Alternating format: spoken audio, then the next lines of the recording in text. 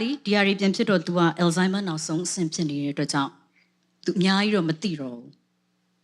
ဘူးဖေသာသိမယ်ဆိုလို့ရှိရင်ပြောချင်တာလေးတစ်ခုပဲရှိတယ်သမီးအများကြီးတော့မလုပ်နိုင်မိမဲ့ဖေစိတ်ပူသလိုဖောက်ပြန်ရေးသမားတော့မဖြစ်ခဲ့ဘူးလို့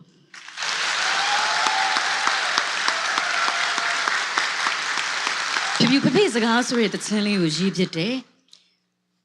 ဖေတို့ညီမကိုဖေတစ်သက်လုံးဆုံးမသွန်သင်ခဲ့တဲ့စကားလေးတွေကိုစုပြီးတော့ပေါ့နော်ဒီတချင်းလေးရေးပြတယ်အဲ့ဒီတချင်းလေးစုပြချင်ပါတယ်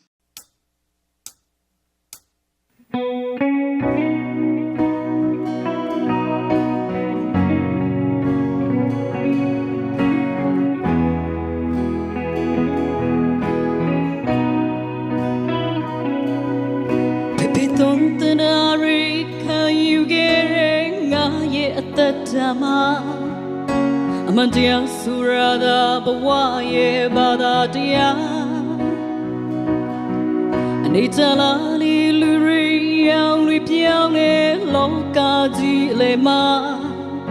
ရှာမတွေ့နိုင်တာဟာ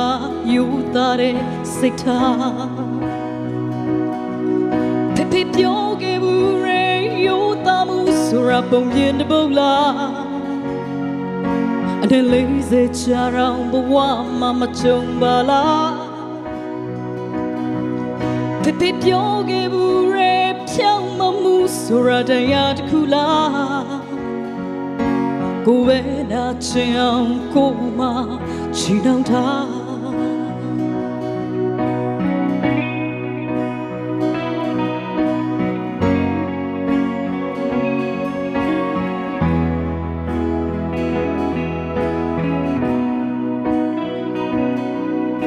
ဖေယုံကြည်ရာရီနာခံခဲ့တဲ့ငါရဲ့နေရမြကိုချင်းစားရတာလူရဲ့တိတ်ခတ်တရားအချိန်လေးကြာလေးလူတွေရောင်တွေပြောင်းတဲ့လောကကြီးလေမှာကြောက်ဆုံးလာတာဟာအဆုံးထိဒီကြည်တာဖေပြောခဲ့ဘူးရေယူသားမှုဆိုရပုံရင်တပုတ်လားအနေလေးစေချာတောင်ဘဝမှာမကြုံပါလားဖေပြောခဲ့ဘူးရေဖြောင်းမမှုဆိုရတရားတစ်ခုလားကိုယ်ပဲနာချင်အောင်ကိုယ်မှချီနှောင်တာ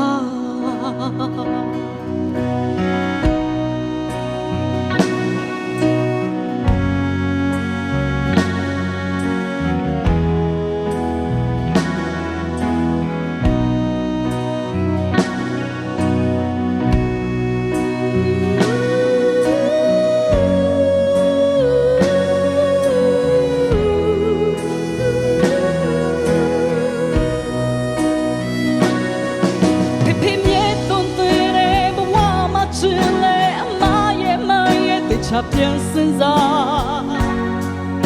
လူညံနေခေါ်ရအမဝင်ကဘာကိုရှောင်သွားဖေသက်တဲ့သူရဲ့ရပ်တီမဲဆိုအသက်ပင်သေးပါစေအိုဟိုတဆုံးသွားအမှန်တရားသာနိုင်မှချွင်းချက်မရှိရုပ်ထားဖေပြောခဲ့ဘူးရေယူသားမှုဆိုရပုံရင်တပုတ်လားအခုတိမတွေ့နိုင်ပါတကယ်ရှိတာသိကြလားဖေပြောခဲ့ဘူးရေဖြောင်းမမှုဆိုရတရားတစ်ခုလားကိုယ်ပဲနာချင်အောင်ကိုယ်မှချီနှောင်ထား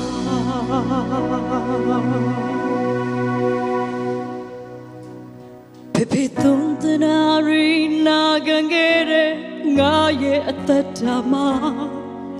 အမှန်တရားဆိုရတာဘဝရဲ့ဘာသာတရား